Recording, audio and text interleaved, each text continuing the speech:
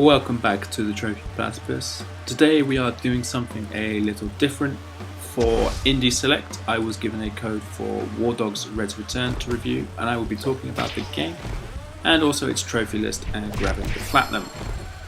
So what is WarDogs, you ask? Well, it's a 2.5D side-scrolling beat-em-up from Mito Games and publisher Cubite Interactive. You play as Red, a disgraced professional fighter who is looking to escape the media attention by returning to the rough neighborhood he grew up in. Soon trouble will find Red, and we begin a journey taking out gangs across 8 levels. Each level comes with an interesting boss fight, and for the most part the story is serviceable, adding interest and depth to the characters. Controls are very simple. There are punch and kick attacks which you can mix up for different combos. There is a block which can be used to block certain attacks.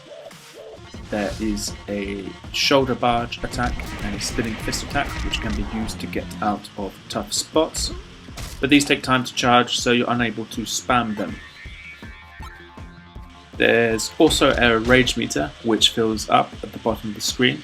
The first stage gives Red a 50% increase in attack, the second stage gives him a helpful health boost, and the third stage can be used to defeat all enemies on screen or to deal substantial damage to a boss.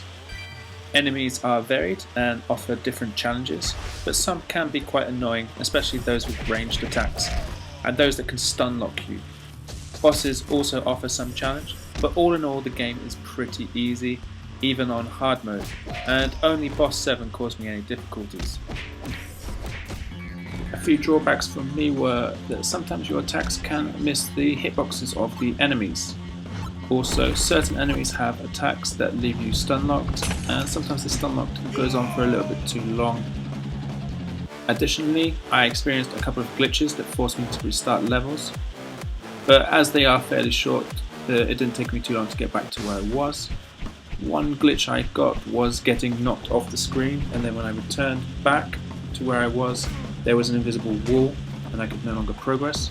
The second boss also glitched on me, as you can see on the screen. There are a few different modes. The story mode I mentioned earlier, and there is also a mission mode.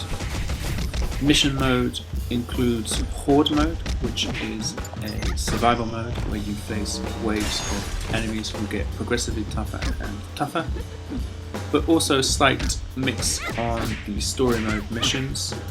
For me, these didn't do much different, they just cut out the cutscenes and made the difficulty a little bit harder.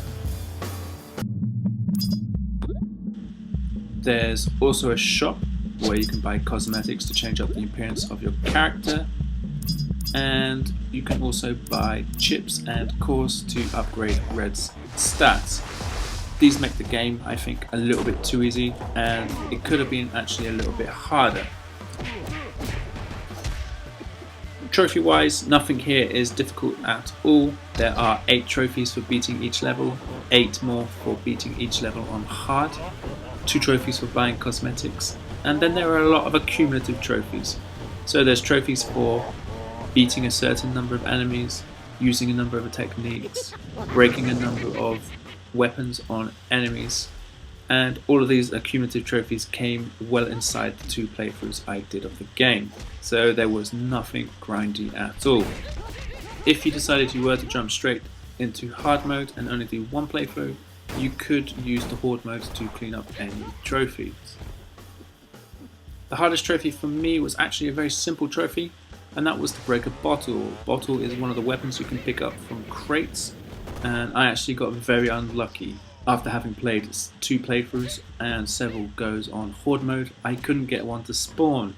The developer Mito is aware of this, and they are planning a fixed spawn after wave 50 on Hordes in an upcoming update.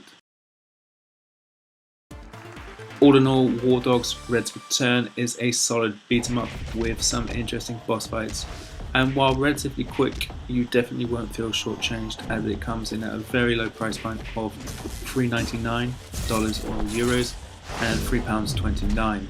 I've decided to give it a strong 7.5 out of 10, I want to say thanks to Mito Games and to Qbyte Interactive for providing me with this code, and also to Matt from Indie Select. Thanks for checking out the channel. See you soon.